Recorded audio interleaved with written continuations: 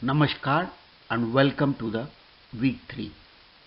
The objective of this presentation is to have a quick review of what we studied last week and an outline of what we are going to study this week.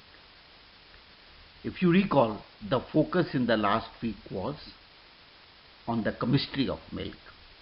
We studied the milk composition, constituents and nutritional importance, then physicochemical properties of milk, and also the thermal processing of milk.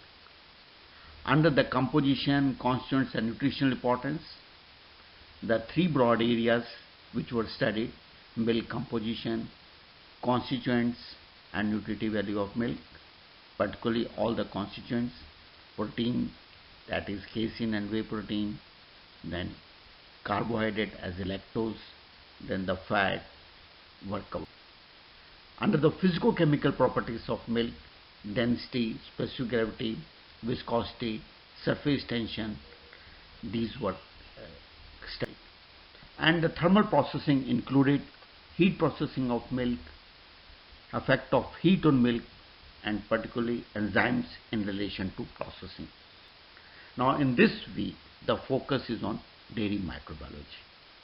That is, introduction to microbiology, milk in relation to public health, factors affecting growth of microorganisms, control of microbial spoilage, and the beneficial role of microorganisms. Now beneficial role is very important because we are going to make fermented dairy products under this course.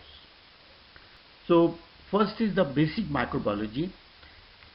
This will give us the competency to enumerate different types of microorganisms commonly found in milk, indicate their growth characteristics, and specify their significance in the context of dairy industry. Milk is very important in relation to public health because it is consumed by everyone, and particularly in our country where we are vegetarian. So you will be able to enumerate different type of pathogens, that is bacterial, viral, found in the milk and milk products.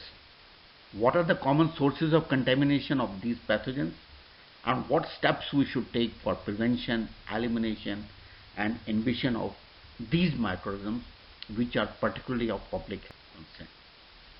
Then we will cover the factors affecting growth of microorganisms, the various factors which affect the growth of microorganisms, that is nutritional, then environmental factors just like pH, temperature, and then we will be able to use and apply this knowledge to encourage the growth of desired microorganisms, especially in preparation of fermented products, and also to see that there is a minimum or no growth of the spoilage or pathogenic organisms in the products.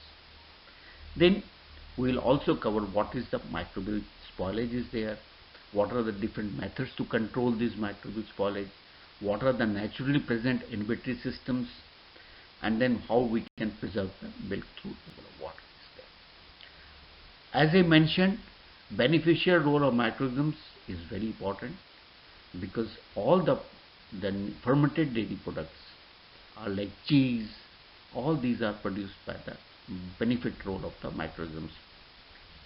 So basically the beneficial role, fermentation is science and technology, different examples of food fermentation, and how we can fermentate food can be attributed as functional foods would be also covered.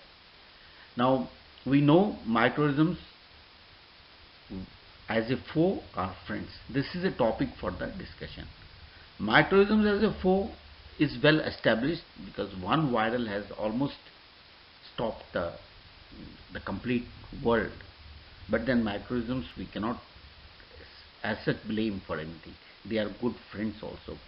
So when we are studying the microorganisms, so it becomes very important for a topic for discussion: microorganisms as foe or friends. I request the senior people to kindly initiate the discussion and write it on a post so that the young people can also write it also. With this, I wish you good wishes and welcome for the third week. and thanks for your kind attention to this PPT. Thank you.